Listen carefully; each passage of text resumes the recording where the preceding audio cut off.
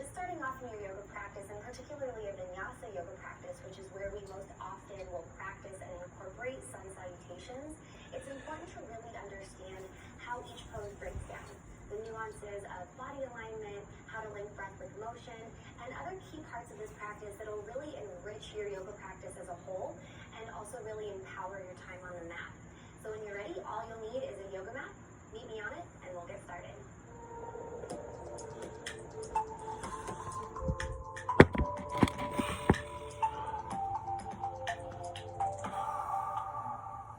Sun salutations have been traditionally practiced for thousands of years to usher in the new day, hence the name Sun Salutations. In Sanskrit, that is translated to Surya Namaskar, and there are two main forms of Sun Salutations, Surya Namaskar A and Surya Namaskar B. Today we will be practicing Surya Namaskar A, which is the simpler and more beginner version of the two Sun Salutations. Sun salutations in general are wonderful to practice, increase your strength and endurance overall. They also help to improve your flexibility as well as your coordination, as well as linking breath with motion, which is a key bit more. Finally, sun salutations are also excellent for your mental focus. There are several key poses individually before when you do your sun salutations, you want to come down. This is called mountain pose or standing Tadasana. You can practice this posture with your feet directly beneath your hips or with your feet touching, big toes together, heels slightly apart. Explore either option and decide what feels best for you. I'm going to go back to my original stance of feet hip width distance apart. Now, either way from there, what we'll do is roll the shoulders back and down and shine your palms actively forward. The weight is pressing down through my heels. I have a very gentle tuck of my tailbone, and I am lengthening up through the crown of my head as I continue pulling my shoulders down and away from my ears. Moral of the story, this is an active posture, even though from the outside it looks like we're just standing here. So take a moment to feel the difference between just passively standing and activating your mountain pose. You'll see that my kneecaps are lifted and everything is strong and engaged. This is the beginning of our sun salutation. Now from here, our next pose is an upward salute or Urdhva Hastasana. And that is simply bringing our arms up overhead. Now we'll turn to face the camera so you can see. What we want to avoid is hunching shoulders up by your ears. Instead, pull your shoulders back into the socket and then gently spiral your pinkies forward. This will keep your arms active and engaged. Good. So take a moment here, feeling your power, feeling the energy flow from the fingertips down through the heels.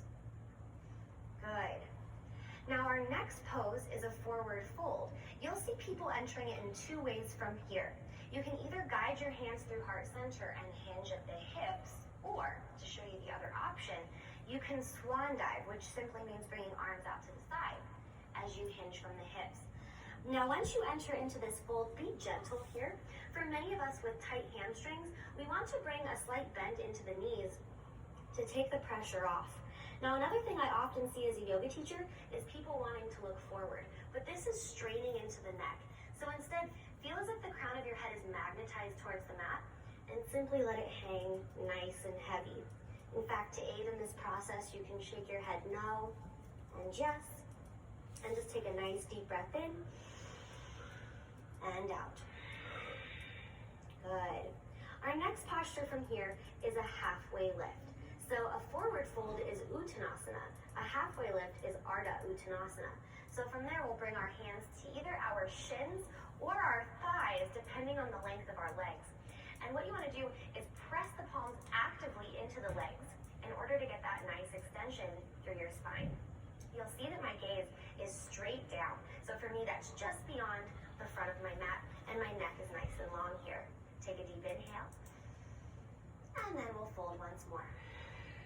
This is our entry point now for stepping back into plank pose, which is also the top of a push-up. So from here, bend your knees, planting your palms, and we'll gently step our left foot back, followed by our right foot, coming into plank pose or high plank. So from here, we're going to start with the hands and work our way down the body for alignment. You want to spread your fingers nice and wide and press each individual fingertip into the mat. This will protect your wrists. What I often see is dead hands. So notice how there's no energy in my hands. There's really no foundation here. So instead, activate those hands, press them down, you're pressing. Good. Now from here, we want to really spiral our biceps gently forward. So you'll see that the eye of my elbow is actually starting to turn more towards the front of the mat. Now my gaze is directly down. What I often see students doing is looking up. See how that wrenches my neck. So please don't do that. And instead, just keep your gaze straight down. Now moving on down the body, we're going to focus on the core now. You want to engage your core as much as you can. And notice how when I engage my core, I fill into my lower back. And in fact, you want to lift your hips pretty high here. That's a common misconception with plank, is oftentimes people think that we want to have our hips lower than the shoulders. But what happens here is I feel a lot of pressure and tension in my lower back. And then from here, it's easy to dip all the way down, and that's dangerous. So instead, engage the core, lift those hips, and keep lifting back to that starting point. This is where you want to stay. Now, I realize this is a very challenging and strengthening posture, so we can always modify with either one or both knees down to start. Now, both knees down, you really want to focus on engaging your core so you can still get the benefit, and then work towards straightening into one leg as soon as you can. And then from there, over time, you build from there, and ultimately, you straighten both. Now from there, you want to press through those heels. So you want your energy firing out through the heels, and you're in a nice, strong plank position. Now from plank pose, we begin to lower through our chaturanga push-up. For our chaturanga, hug your elbows into your side body as you begin to lower until shoulders are in line with the elbows. Now, if you want to modify this, same thing. Drop one or both knees down and lower down halfway. Good. Either way from here, we're going to release the tops of the feet. Drop the knees and the thighs down. Let your hips sink into the mat, and then we'll lift ourselves into cobra pose. Notice how I'm still hugging my elbows in tightly to my side body, and my gaze is just at the front of the mat so that my neck is a continuation of the spine. Good. Now the other option instead of cobra is upward facing dog.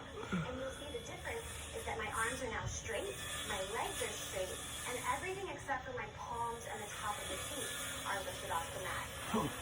From either position here, our next stop is downward facing dog. Hugging your toes and lifting your hips. We'll press up and back as we take a nice deep breath in. Now downward facing dog into my sit is Adho Mukha Svanasana. It's a full body stretch as well as a full body strengthener.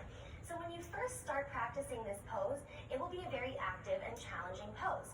Yet over time, believe it or not, it becomes a resting pose too. So keep breathing, keep moving through it. Now same thing, we're going to build it from the hands up. Check out those hands, keep them active and strong just like we did in plank. Arms are straight and strong. Send your gaze now down towards your shins or thighs. Good. Now from there, you also want to be pressing your chest back towards your thighs too. But again, with those hamstrings, if we have tight hamstrings, there is no shame in your game to bend those knees as much as you need to take the pressure off. Over time, we'll begin straightening more into the legs, and over time, we'll also be pressing those heels closer and closer down towards the mat. Good. Now from your downward dog, there are two ways to come back to your forward fold. You can either take little baby steps, or you can step one foot and then the other to come back through. And we'll practice that way next. Good. From your forward fold, we'll take a halfway lift. And we'll fold once more. And then with your next breath, we'll reverse swan dive, arms all the way up.